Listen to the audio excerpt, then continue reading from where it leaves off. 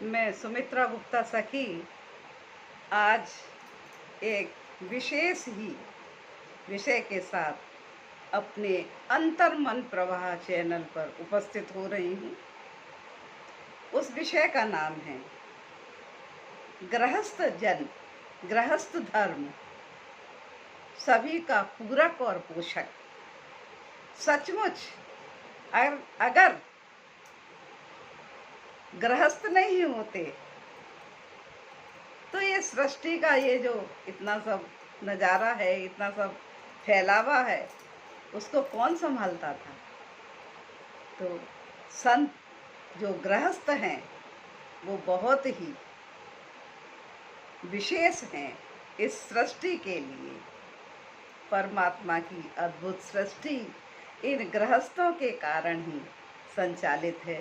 तो इसी विषय को लेकर मैं आप सभी के सामने अपनी बात रखती हूँ। मैं 4 लाइनों के साथ आपके सामने प्रस्तुत करती हूँ गृहस्थों की विशेषता को। यदि गृहस्थ नहीं होते तो संत कहाँ होते। यदि गृहस्थ नहीं होते तो संत कहाँ होते। यदि संत नहीं होते भगवंत कहाँ मिलते। यदि संत नहीं होते भगवंत कहाँ मिलते। भगवंत कहाँ मिलते। तो देखिए सभी सृष्टि में गृहस्थों के माध्यम से ही है। और विशेष आपको बात बताऊं कि परमात्मा की जो अनुपम सृष्टि रचना है वो बहुत ही विशिष्ट है। और परमात्मा को भी सबसे अधिक मानव ही पसंद है, मानव ही प्रिय है। उन्होंने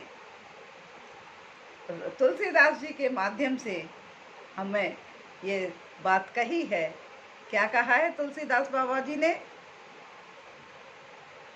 सब मम प्रिय सब मम उपजाए।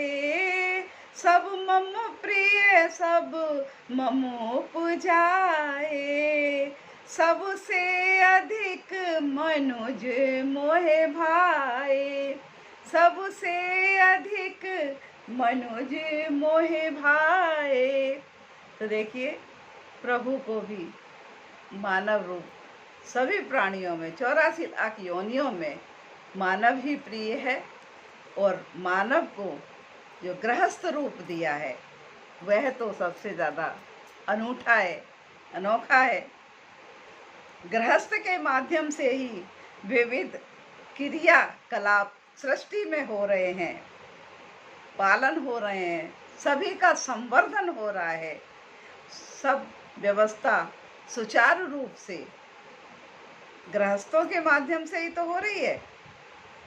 शास्त्रों में 4 आश्रमों की व्यवस्था की गई है। प्रथम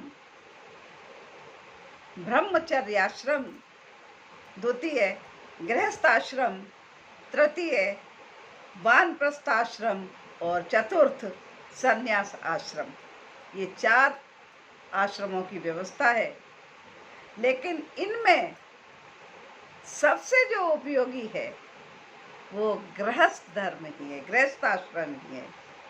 क्योंकि गृहस्थ आश्रम के ही माध्यम से अन्य सभी संचालित होते हैं। तो जब गृहस्थ आश्रम की शुरुआत कैसे हुई वो आपको मैं आध्यात्मिक दृष्टि के आधार पर आपको बताती हूँ कि सृष्टि के प्रारंभ में गृहस्थ आश्रम की शुरुआत इस तरह से हुई कि शेष साई भगवान नारायण जी ने की आज्ञा पाकर ब्रह्मा जी ने तरह तरह की सृष्टि का निर्माण किया। जैसे ऋषि, देवता, यक्ष, किन्नर, गंधर्व, राक्षस आदि आदि। फिर उन्होंने अपने दाएं भाग से मनु और शत्रुपा कि प्रकट किया, वहीं से मैथुनी सृष्टि का प्रारंभ हो गया, ऐसा ग्रंथों में कहा जाता है। और मनु और शतरूपा ने अति उत्तम गृहस्थ धर्म का पालन किया और अपना जीवन यापन किया, और उन्होंने इस तरह से ये बृहद संसार की रचना होती चली गई। अब मैं आपको बताऊंगी कि गृहस्थ कौन कौन से गृहस्थ उत्तम, मध्यम, निम्न होते हैं। इस विषय पे मैं थोड़ा सा प्रकाश डालती हूँ आपके सम्मुख। तो देखिए, उत्तम गृहस्थ कौन सा है? जो स्त्री पुरुष आपस में ज्ञानवान हो, किसी भी कार्य को करते समय आपस में विचार विमर्श करते हों, आपस में मेल जोल की भावना रखते हों, एक दूसरे की बातों पर विश्वास करते हों, एक दूसरे का सम्मान करते हों, वह गृहस्थ स्वर्ग के समान जीवन यापन कर पाते हैं, जहाँ पर वो उत्तम गृहस्थ कहे जाते हैं और उनकी गृहस्थी स्वर्ग के समान मानी गई है। द्वितीय है मध्यम गृहस्थ। मध्यम गृहस्थ में वो स्त्री पुरुष हैं कि वो थोड़ा सा किसी पर विचार विमर्श करते हुए अविश्वास भी करते हैं, थोड़ा मनमुटाव भी करते हैं, एक दूसरे की बात को नकारते भी हैं कम मात्रा में, लेकिन बाद में वह एक दूसरे की बात को सामंजस्य बनाकर सुनते हैं, समझते हैं और कार्यों को करते हैं। इस तरह से वह गृहस्थ मध्यम प्रवृत्ति के होते हैं। वो थोड़ा बहुत झगड़ते हैं लेकिन बाद में सामंजस्य बिठा लेते हैं। इस तरह के गृहस्थ स्वर्ग और नरक के दोनों ही, मतलब ना वो स्वर्ग में है ना वो नरक में है, मध्य में है। यानी तो वो अच्छी तरह से अपना जीवन यापन कर लेते हैं सामंजस्य बिठा के। ये मध्यम तरीके के होते हैं। और निम्न गृहस्थ कौन से होते हैं, उनको मैं आपको बताती हूँ। वो गृहस्थ, वो पति पत्नी, वो स्त्री पुरुष जो आपस में विचार विमर्श भी नहीं करते हैं, अपनी अपनी जिद करते हैं, अपने अपने कार्यों में, अनुचित कार्यों में ही समय व्यतीत करते रहते हैं, एक दूसरे से लड़ते झगड़ते रहते हैं, बात को सुनना समझना नहीं है, अच्छी तरह से ना तो रहन सहन है, ना खान पान है, अपना उनका खुद का मकान भी अच्छे से नहीं रहता है, बन पाता है, बच्चों को पालने का ढंग भी नहीं होता। ऐसे गृहस्थ नरक समान जीवन जीते हैं। इस तरह की गृहस्थों की ये श्रेणियां बताई गई हैं। जैसा कि हम अपने संसार में देखते ही हैं कि किस किस तरह से गृहस्थ लोग कार्य कर रहे हैं अपने अपने। तो अगर कहा जाए तो जो भी हमारे अवतार हुए हैं वो अधिकतर सदगृहस्थों के यहाँ ही अवतार हुए हैं। प्रभु के अवतार सदगृहस्थों के हुए हैं। आप देखते ही हैं हमारे चतुर्युग हुए हैं, सतयुग, त्रेता, द्वापर, कलयुग, इस तरह के 4 युग हैं। और आज कलयुग का प्रवेश है, कलयुग चल रहा है, कलयुग में हम सभी जी रहे हैं। तो आप देख ही रहे हैं कि किस तरह से घर गृहस्थियाँ चल रही हैं, किस तरह से आपस में मनमुटाव, लड़ाई झगड़े चलते हैं। लेकिन इन्हीं लड़ाई झगड़ों के साथ साथ हम लोग जब ईश्वर की तरफ उन्मुख हो जाते हैं, भक्ति भाव में भर जाते हैं, तो वही गृहस्थ बहुत सुंदर जीवन यापन भी करने लगते हैं, ऐसा भी देखा गया है। तो हमारे जो कलयुग में कहा जा रहा है कि कलयुग में जब अवतार होगा प्रभु का, वो एक सदगृहस्थ संबल गांव के विष्णु यश ब्राह्मण के यहाँ कलिक अवतार के रूप में होगा, ऐसा भविष्य पुराण में कहा गया है। यह कहना अतिशयोक्ति नहीं होगा कि गृहस्थ यदि नहीं होते तो ये संसार नहीं होता, इस संसार का संचालन नहीं होता। जितने भी हमको यहाँ पर संसार में दिख रहे हैं, सृष्टि में दिख रहे हैं प्राणी जन, वे सब गृहस्थी के कारण ही, पति पत्नी के प्रेम के कारण ही, गृहस्थ धर्म के द्वारा ही वो हमको दिख रहे हैं। साधु संत, इंजीनियर, डॉक्टर, राजनीतिक, भक्तजन, राजा महाराजा, पाखंडी, पापी, आतंकी, सभी गृहस्थों के ही माध्यम से तो आए हैं यहाँ पर। गृहस्थी का ये कतई मायने नहीं है कि भगवत भजन ना किया जाए। हम इस गृहस्थ धर्म में ही भगवत भजन भी कर सकते हैं और गृहस्थ धर्म भी निभा सकते हैं। हमारे अनेकों संत जन हुए हैं जो गृहस्थ धर्म पालन करते हुए ही विदेह हो गए, यानी राजा जनक जैसे जो विदेह कहे जाते थे, बहुत ही धर्मात्मा राजा हुए हैं हमारे। और आज भी अनेकों उदाहरण हैं हमारे संत जनों के, जो अक्सर हम कथा वाचकों को देखते हैं, जिनमें हमारे एक ही बहुत ही प्रभावशाली संत हुए हैं, श्री देव प्रभाकर शास्त्री जी, जिनको दद्दा जी के नाम से पुकारा जाता था। हमारे शांति दूत श्री देवकी नंदन महाराज जी, हमारे श्री कृष्ण शास्त्री जी, जिनको ठाकुर जी कहते हैं, मृदुल कृष्ण शास्त्री जी, ये सब गृहस्थ संत ही हैं, गृहस्थ कथावाचक हैं। हम इन्हीं के माध्यम से बहुत कुछ सुनते हैं, धारण करते हैं, ग्रंथों का पठन पाठन इनके मुख से सुनते हैं और ज्ञान अर्जित करते हैं। ये सभी सदगृहस्थ की भावनाओं से युक्त हैं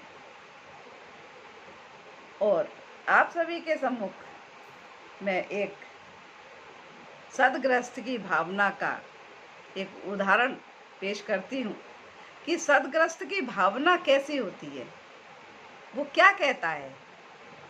वो प्रभु से बस इतना कहता है, साईं इतना दीजिए, साईं इतना दीजिए, जा मैं कुटुंब समाए, मैं भी भूखा ना रहूं, साधु न भूखा जाए, साधु न भूखा जाए। और हम तो मतलब हमारे भारत के मनीषियों का तो ऐसा विचार हमेशा रहता है कि वो पूरे विश्व को ही, यानी पूरी वसुधा को ही वसुधैव कुटुंबकम मानते हैं, वसुधैव कुटुंबकम कहते हैं पूरी वसुधा को। हर जगह गृहस्थ की ही महिमा है, गृहस्थों से ही सभी आश्रमों का भी पालन पोषण है। सब दान धर्म गृहस्थ के माध्यम से ही होता है। संवर्धन सभी प्राणियों का, जीव जंतुओं का भरण पोषण भी लगभग गृहस्थ के माध्यम से ही होता है, क्योंकि गृहस्थ के लिए पूरा संसार उपलब्ध है और गृहस्थ को जो उपलब्धि है उसको वो सब वितरित करते हैं, हर तरीके से कोशिश करते हैं कि सभी लोगों को प्राप्त होता रहे। परमात्मा के कार्यों को पूर्णता देने वाला रूप यदि कोई है तो गृहस्थ जन। कृषि कार्य, व्यवसाय, संसार की संपूर्ण क्रियाशीलता, कार्य प्रणाली, संचालन, परंपराओं का निर्वहन, संत समाज सभी का भरण पोषण एक गृहस्थ जन के और गृहस्थाश्रम के ही माध्यम से संपन्न होता है। अब मैं क्या कहूँ, गृहस्थ धर्म और गृहस्थ जन के लिए ये तो अद्भुत है, अतुलनीय है। गृहस्थ तो अतुलनीय है। ईश्वर की संपूर्ण सृष्टि भी गृहस्थ के कारण है। जो ईश्वर ने सृष्टि रचना की है, उस सृष्टि को संवर्धन करने के लिए गृहस्थी तो आगे आता है। हम तुम सब लोग तो गृहस्थी के माध्यम से कार्य कर रहे हैं। यदि गृहस्थ नहीं होता तो कुछ भी नहीं होता, कुछ भी नहीं होता, कुछ भी नहीं होता। तो इन्हीं शब्दों के साथ मैं कहना चाहूँगी, एक और मुझे ध्यान आ रहा है कि एक बार प्रजापति दक्ष जो थे, उनकी संतानें यज्ञ कर मतलब तपस्या करने के लिए जाती थी, लेकिन तपस्या करने के बाद जब वापस आती थी तो नारद जी मिल जाते थे और नारद जी कहने लगते थे, अरे कहाँ जा रहे हो? कि अब गृहस्थ धर्म निभाएंगे। तो नारद जी कहने लगे, अरे इतने वर्षों तपस्या की और अब गृहस्थ धर्म निभाओगे? ऐसा क्यों कर रहे हो? अरे जाओ तपस्या करो। तो वो बेचारे वो उस समय वापस चले जाते थे। दक्ष के जो पुत्र थे वो वापस चले जाते थे तपस्या करने। अब दक्ष ने सोचा कि मेरे पुत्र, उन्हें पता लगा कि मेरे पुत्र आते तो हैं लेकिन क्या नाम है वो घर तक नहीं आते और वो वापस लौट जाते हैं, ऐसा क्यों हो रहा है? उनको बताया गया कि अरे नारद जी बीच में मिलते हैं और वो नारद जी उनको वापस तपस्या करने भेज देते हैं। दक्ष को बहुत गुस्सा आती है और कहने लगते हैं कि अच्छा ऐसी बात है। वो नारद जी को श्राप दे देते हैं। देखिए, दक्ष भी गृहस्थ थे। दक्ष के माध्यम से एक संत को श्राप भी लग सकता है। तो वो कहते हैं कि तुम एक जगह क्षण भर भी नहीं रुकोगे, तुम ज़्यादातर घूमते ही रहोगे, भ्रमणशील रहोगे, तुम रुकोगे नहीं तो तुम 4 लोगों से बात नहीं कर पाओगे। इसलिए उन्होंने ऐसा श्राप दे दिया कि तुम कहीं भी एक घड़ी से ज़्यादा नहीं रुकोगे। नारद जी और प्रसन्न हो गए कि अरे मैं अगर एक घड़ी से भी ज़्यादा नहीं रुकूंगा तो मैं बहुत सारे लोगों के पास पहुंच जाऊंगा, बहुत सारे लोगों तक भगवान के नाम का स्मरण कराऊंगा। वो तो कहते थे कि नारायण नारायण नारायण उनका रहता था, है ना, भजमन नारायण नारायण। तो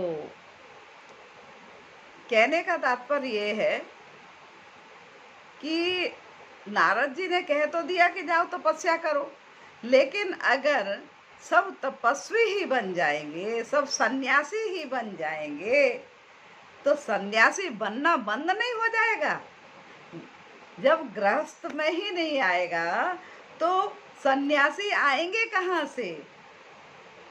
तो इसलिए गृहस्थ बहुत ही जरूरी है। सृष्टि के संचालन के लिए गृहस्थ धारण करना, गृहस्थ धर्म का निर्वहन करना बहुत ही जरूरी है। और ऐसा भी नहीं है कि गृहस्थ को भगवान प्राप्त नहीं होंगे, सन्यासी संत को ही प्राप्त होंगे, ऐसा भी नहीं है। गृहस्थ को भी ईश्वर प्राप्त हो सकते हैं और सन्यासी को भी ईश्वर प्राप्त हो सकते हैं। भले ही सभी के पथ अलग हैं, लेकिन पहुंचने वाली जो मंजिल है वो एक ही है। देखिए, मैं एक और बात कहती हूँ कि संतों के मुख से ही सुनी हुई ये सब बातें हैं जो आप तक मैं भेज रही हूँ, प्रेषित कर रही हूँ। तो संत जो है वो एकदम बाईपास से जाता है ना। और जो गृहस्थ है वो बाजार से होते हुए गुजरता है, उसको बाजार में बहुत बच बच के निकलना पड़ता है। और संत हाईवे से जाता है तो वो तेजी से जा सकता है, लेकिन जहाँ संत पहुँचेगा और जहाँ गृहस्थ पहुँचेगा वो दर एक ही है, वो मंजिल एक ही है।